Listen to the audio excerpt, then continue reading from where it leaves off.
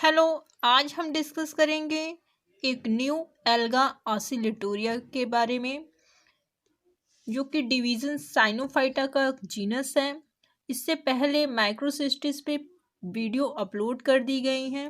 अब हम देखते हैं ऑसिलेटोरिया का सिस्टमैटिक पोजीशन। तो इसमें जो क्लास हैं वो साइनोफाइसी है, ऑर्डर ऑसिलेटोरियल्स है, आप नास्टोकल्स भी कह सकते हैं, राइट कर सकते हैं, फैमिली ऑसिलेटोरिएसी है और जीनस जो है वो हमारा ऑसिलेटोरिया है।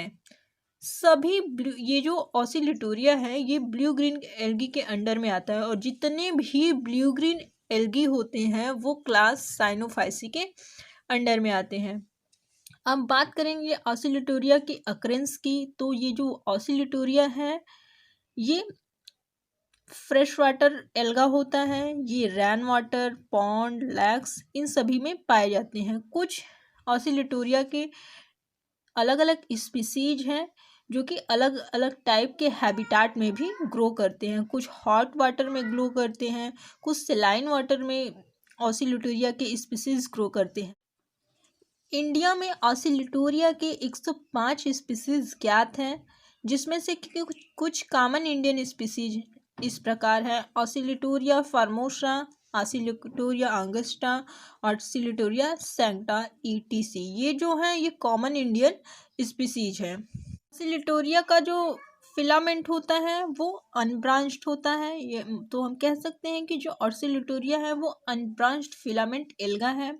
और इसका जो फिलामेंट होता है एक म्यूसिलेजिनस सीट के अंदर बंद होता है, जिसको ट्राइकोम्स कहते हैं। उसे ट्राइकोम्स कहेंगे। ये ट्राइकोम्स एक दूसरे के साथ मैटेड होते हैं और एक थिन या थिक सीट बनाते हैं। Each trichomes are made up of many cell arrange in uniseriate form. जो ट्राइकोम्स होते हैं, प्रत्येक ट्राइकोम्स ढेर सारे सेल से मिलकर बने होते हैं और वो एक यूनिसेरिएट मैनर्स में अरेंज्ड रहते हैं। The apical cell of the filament carries a thick membrane called calyptra. जो फिलामेंट का ऊपर का जो भाग होता है वो कैरी करता है एक थिक मेम्ब्रेन। उस मेम्ब्रेन को कैलेप्ट्रा कहा जाता है। All cell of the filament is similar in shape. Filament के जो सेल होते हैं सभी शेप और साइज में सिमिलर होते हैं। And the structure of trichomes are naked or enveloped in a thin gelatinous sheath.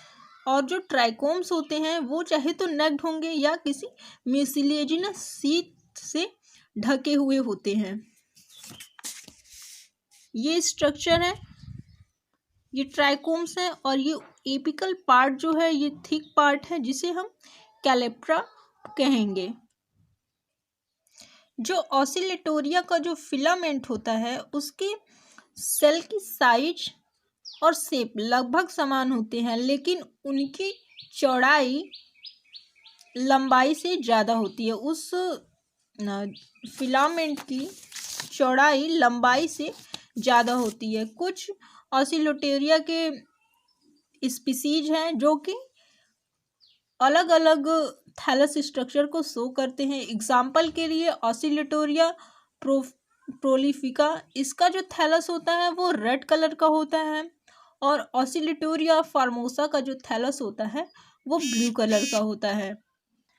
Cell structure की, तो जो सेल होते हैं ट्राइकोम्स के वो सिमिलर होते हैं। Cells are surrounded by thin and filmed cell wall which lies external of the plasmalemma. जो सेल होते हैं वो सेल वॉल से घिरे हुए होते हैं।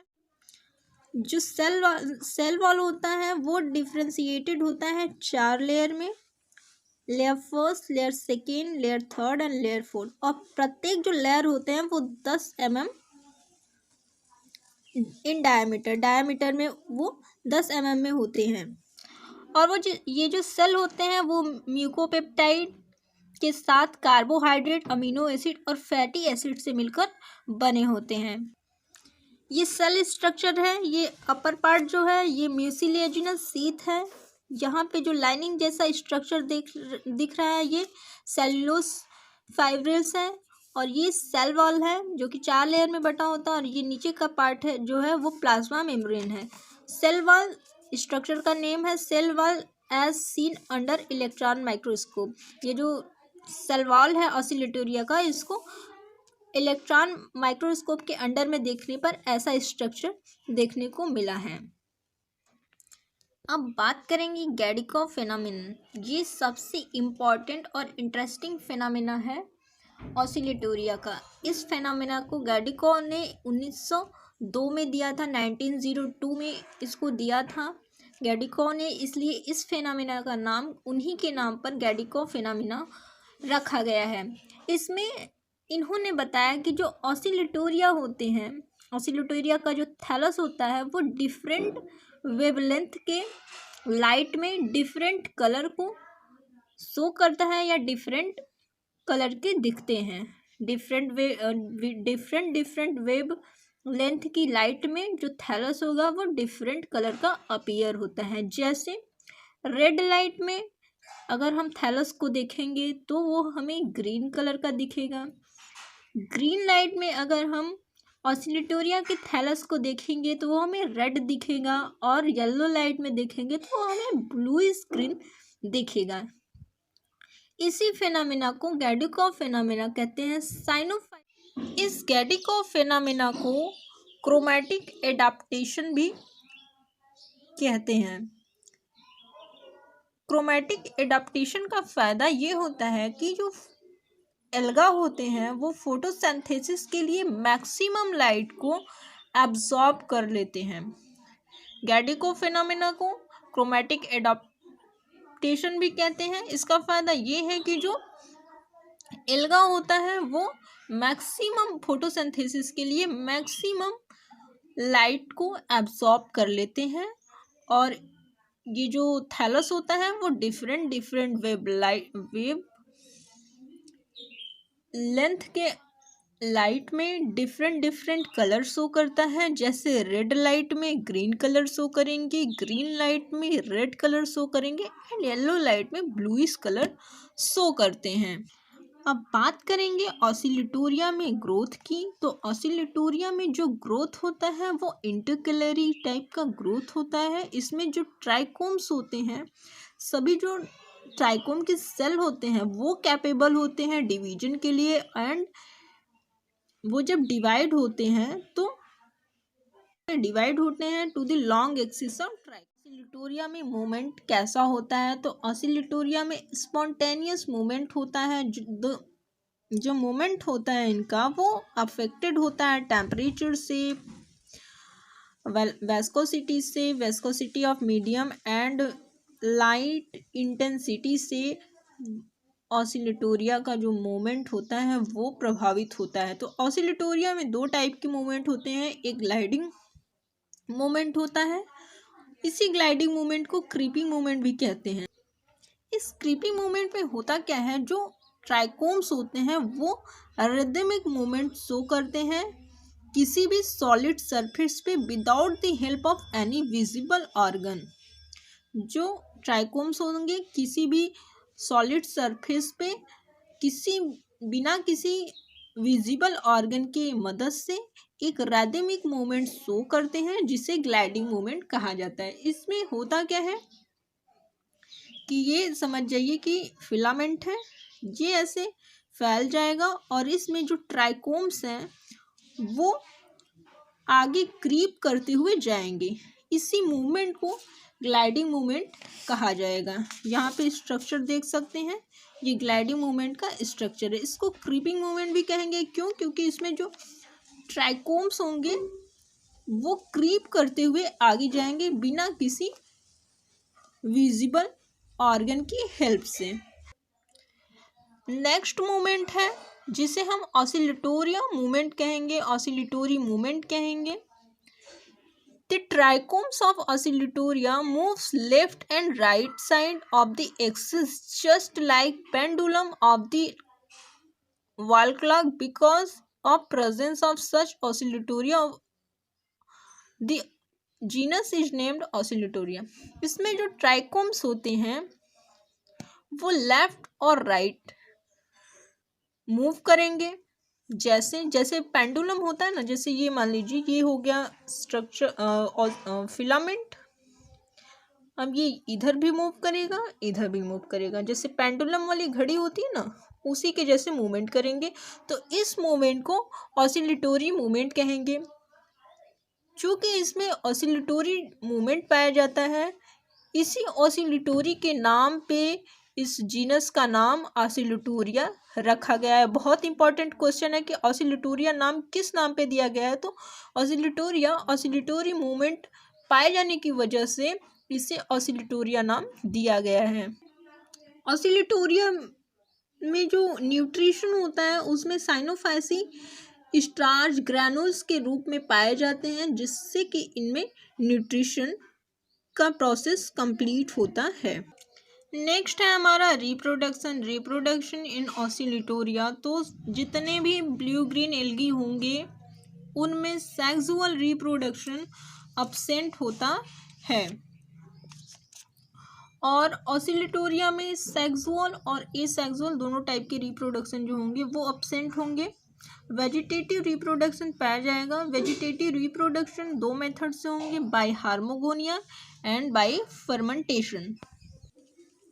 वेजिटेटिव रिप्रोडक्शन में सबसे पहले हम डिस्कस करेंगे बाय हार्मोगोनिया। इसमें क्या होगा, during vegetative growth of trichomes some cells are filled with mucilage and become dead, this cells are called नेक्रीडियम।